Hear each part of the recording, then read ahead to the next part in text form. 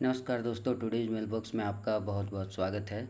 जैसा कि आप थंबनेल में देख चुके हैं कि एनटीपीसी 2024 का ग्रेजुएट लेवल का आपका वैकेंसी आ चुकी है और आज ही आपका फुल नोटिफिकेशन जारी भी कर दिया जा चुका है। ठीक है, तो जैसा कि थंबनेल में आपको पता चल रहा है कि हमारा एग्ज़ाम जो पैटर्न है उसमें बहुत ही बड़ा बदलाव हो गया है। तो उसमें बदलाव क्या हुआ है उस चीज़ के बारे में हम लोग जानेंगे। उसके पहले हम लोग इम्पॉर्टेंट डेट्स के बारे में जान लेते हैं, क्या क्या डेट्स है हमारे एग्ज़ाम में, सीबीटी 1 में या सीबीटी 2 में क्या क्या पूछे जाएंगे, किस सेक्शन से कितना क्वेश्चन रहेगा, उस चीज़ के बारे में पहले हम लोग जानकारी ले लेते हैं। और हमारे वीडियो में अंत तक बने रहें ताकि नया बदलाव क्या है उस चीज़ के बारे में आप लोग जान सकेंगे। बहुत ही लंबा वीडियो नहीं होगा, शॉर्ट वीडियो ही होगा, आप लोग वीडियो को पूरा देखें। तो चलिए समय को बर्बाद नहीं करते हुए हम लोग इम्पॉर्टेंट पॉइंट्स को देखते हैं, क्या क्या इंपॉर्टेंट पॉइंट्स दिया गया है। ठीक है, पहला इंपॉर्टेंट पॉइंट्स यहाँ पर ये है कि date of publication in RRB website में दे दिया गया है। आज 13 तारीख सितंबर 2024 है और आज के दिन ही ये सारा जो वेबसाइट में अपलोड किया गया है, पब्लिश किया गया है आज का नोटिस, फुल नोटिफिकेशन जो कि ग्रेजुएट लेवल का एनटीपीसी का नोटिफिकेशन है। और कल से 14 सितंबर 2024 से ही आपका फॉर्म भराना स्टार्ट हो जाएगा। आप यहाँ देख सकते हैं 14 सितंबर 2024 से आपका फॉर्म भराना स्टार्ट हो जाएगा। और ये कब तक जारी रहेगा? ये रहेगा 13 अक्टूबर 2024 तक। 13 अक्टूबर 2024 तक आप इस फॉर्म को भर पाएंगे। ठीक है, डेट ऑफ पेमेंट के लिए भी आप देख सकते हैं कि डेट ऑफ पेमेंट कब तक होगा। Date of fee payment after closing date, ये आपका यहाँ पर भी ये डेट दिया हुआ है 14 अक्टूबर और 15 अक्टूबर तक आप इसमें पेमेंट कर सकते हैं। ठीक है, चलिए अब और इम्पॉर्टेंट बात में आगे बढ़ते हैं। इम्पॉर्टेंट चीज़ क्या है हमारा, अब देखते हैं सीधा सीबीटी 1 में। अब सीबीटी 1 में जो है हम लोग को क्या क्या पूछा जाएगा, यहाँ पर आप देख सकते हैं सीबीटी 1 का पैटर्न यहाँ पर दिया हुआ है ना। तो सीबीटी 1 में हम लोग को क्या क्या पूछा जाएगा, तो सीबीटी 1 में आप लोग देख सकते हैं पहले जिस तरह का एग्ज़ाम होता था वैसे ही है। आपको एग्ज़ाम में जो टाइम दिया जाएगा, एग्ज़ाम का जो ड्यूरेशन होगा वो 90 मिनट्स का होगा, यानी कि 1.5 घंटे का एग्ज़ाम होगा, जिसमें जनरल अवेयरनेस से रिलेटेड क्वेश्चन आपको 40 रहेंगे, मैथमेटिक्स से रिलेटेड क्वेश्चन 30 रहेंगे और जनरल इंटेलिजेंस एंड रीजनिंग से रिलेटेड आपको 30 क्वेश्चन रहेंगे। ठीक है, इसका मतलब क्या है कि आपको 90 मिनट में 40 जीके, मैथ 30 और रीजनिंग का 30, यानी कि टोटल 100 क्वेश्चन आपको कंप्लीट करना है। ये है आपका सीबीटी 1 का पैटर्न। ठीक है, और सीबीटी 2 का पैटर्न क्या है उसके बारे में जानते हैं।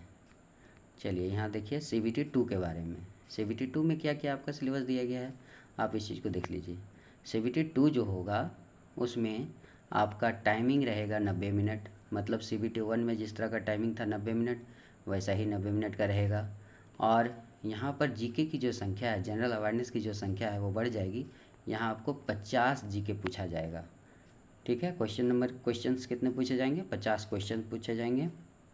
मैथमेटिक्स की संख्या भी बढ़ के 35 हो गई है और इंटेलिजेंस, जनरल इंटेलिजेंस और रीजनिंग की संख्या भी 35 है, यानी कि सीबीटी 2 एग्ज़ाम में आपको टोटल 120 क्वेश्चन करना पड़ेगा और उसके लिए भी आपको टाइमिंग कितना दिया गया है? 90 मिनट ही दिया गया है। ठीक है, इस बात को बढ़िया से देख लीजिए। और सबसे इम्पॉर्टेंट बात जो कि अभी तक का सिलेबस में जो बदलाव हुआ है, एग्ज़ाम पैटर्न में जो बदलाव हुआ है, उस चीज़ को हम लोग देखते हैं। वो है आपका सीबीटी 2 का एग्ज़ाम। आपको पता होगा कि जो भी सीबीटी 1 क्वालिफाई करते थे, या तो लेवल 2 या लेवल 3 या लेवल 4, लेवल 4 तो नहीं होता, लेवल 5 या लेवल 6 जो भी होता था, वो सभी लेवल का अलग अलग एग्ज़ाम होता था। अब क्या है, सीबीटी 1 जो है सबके लिए कॉमन तो है ही, लेवल 5 लेवल 6 के लिए जो है दोनों के लिए कॉमन है, लेकिन अब से सीबीटी 2 का भी जो एग्ज़ाम होगा वो कॉमन होगा सभी के लिए, यानी कि लेवल 5 के लिए और लेवल 6 के लिए, ये दोनों का कॉमन एग्ज़ाम होगा।